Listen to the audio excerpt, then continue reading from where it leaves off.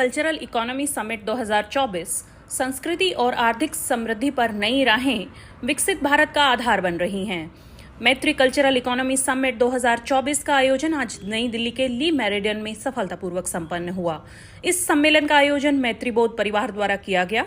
इसके साथ ही केंद्रीय कानून मंत्री अर्जुन राम मेघवाल, दादाश्री जी और गोपाल कृष्ण अग्रवाल का मार्गदर्शन भी इस आयोजन को मिला।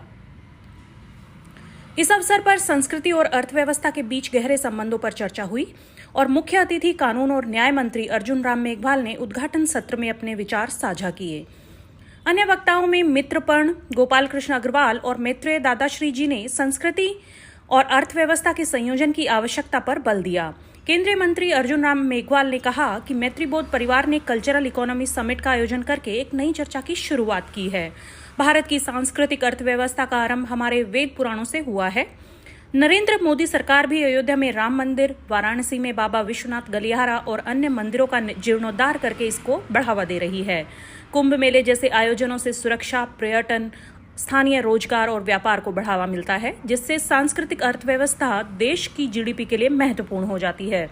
मैत्रेय दादाश्री जी ने कहा, संस्कृति और अर्थव्यवस्था का तालमेल सतत विकास का आधार है। हम एक ऐसे भविष्य की कल्पना करते हैं जहां आध्यात्मिक और आर्थिक समृद्धि एक साथ बढ़े।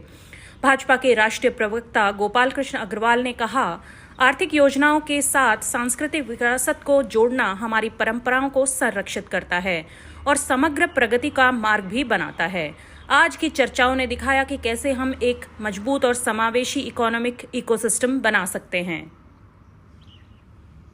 ये जो आज का कार्यक्रम है भारतीय कल्चर को लेकर, आपको क्या लगता है कि इकोनॉमी को भारतीय कल्चर कैसे सपोर्ट कर सकता है? जी देखिए, जो भारत की कल्चर है वो जैसे जैसे प्रॉस्पर होगी तो कल्चरल एक्टिविटी भी उसके आसपास बढ़ेगी।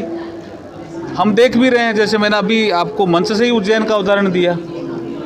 और कल्चरल एक्टिविटी में खाली टेम्पल का विषय नहीं है। हमारे कल्चरल के जितने भी आर्टिस्ट हैं, जैसे सपोज करो कोई हमारे महाराणा प्रताप का एक स्थान है राजस्थान में, वहाँ अगर कोई हमारे संगीत नाटक अकादमी के आर्टिस्ट परफॉर्म करते हैं तो उनको देश विदेश में मान सम्मान भी मिलता है और हमारी इकोनॉमी भी सुधरती है और उनकी भी इकोनॉमी भी सुधरती है। तो इकोनॉमी से लिंक है कल्चरल, इसलिए मोदी जी कहते हैं विरासत भी और विकास भी।